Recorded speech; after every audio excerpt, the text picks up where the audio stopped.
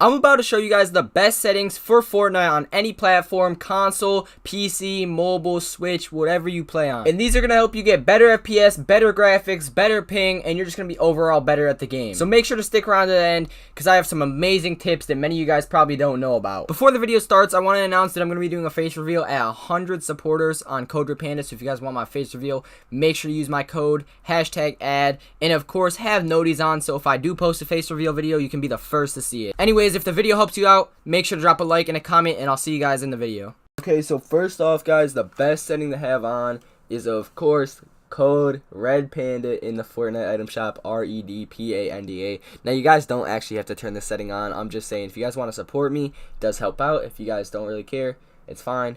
And, yeah, so either way, let's go to the locker. And what I'm going to say here is this isn't really a setting, but I would recommend having a more like chill skin on, something like what I'm wearing right now. You can see like the all basically one color, like not too much color. You know, there is two colors, but there's not too much color. It's pretty basic, like there's not like a lot of weird clothing. This one you probably wouldn't want to have that one on because it's like all colorful. Peely you probably don't want to have on because he's a bit of a weird shape.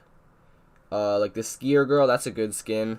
But anything that's like pretty minimal in terms of color and like how big it is, like no Brutus, no Chrome Punk, and I would recommend the same thing with the back bling. I personally use no back bling, and then the pickaxe, the one I have on right now, is pretty good. But this one's pretty bad. So yeah, just don't use an animated pickaxe. Use something that's chill, like maybe Icebreaker or Driver. And then, dude, why'd they add Aura to Fortnite? Okay, Aura doesn't really matter because that doesn't affect Battle Royale. And Glider and Contrail aren't really that important. Although I would recommend, if you are playing competitive, there are certain gliders, like the bigger gliders, like the Travis Scott gliders, that are more like useful for competitive.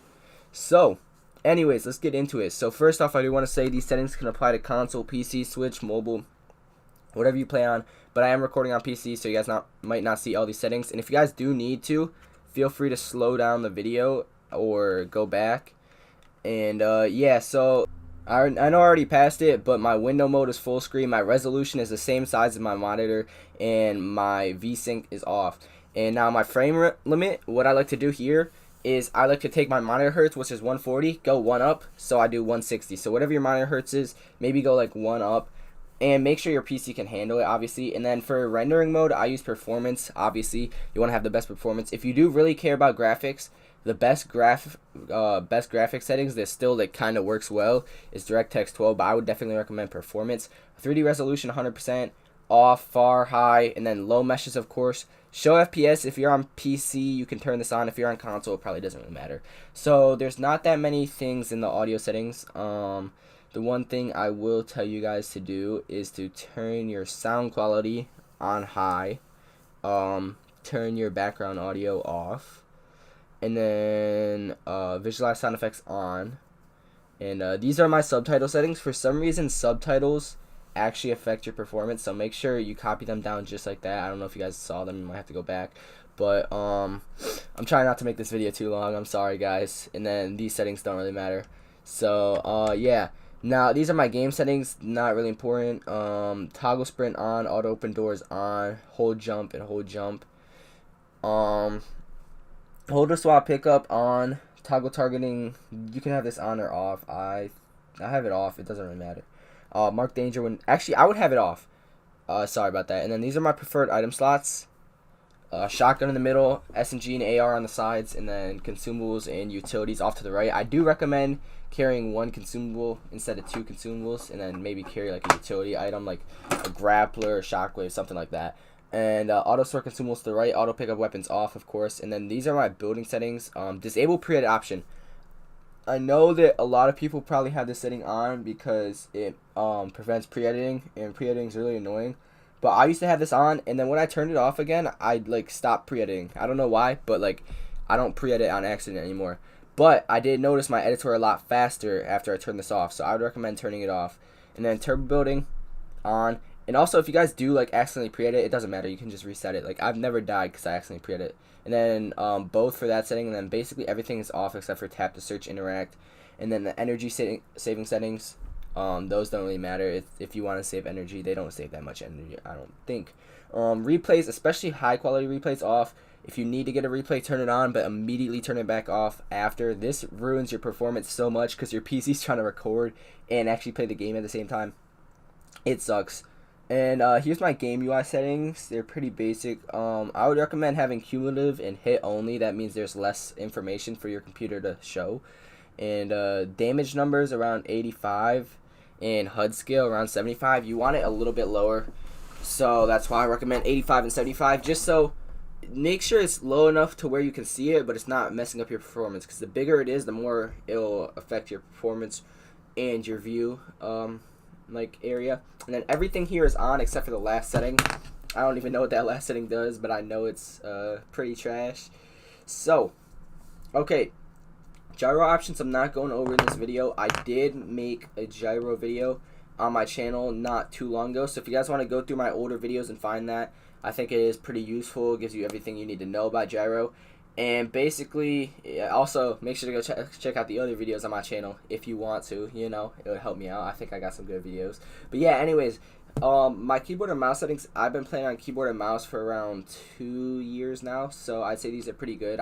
My X and Y are 5.1, 50% targeting, scope sensitivity 100.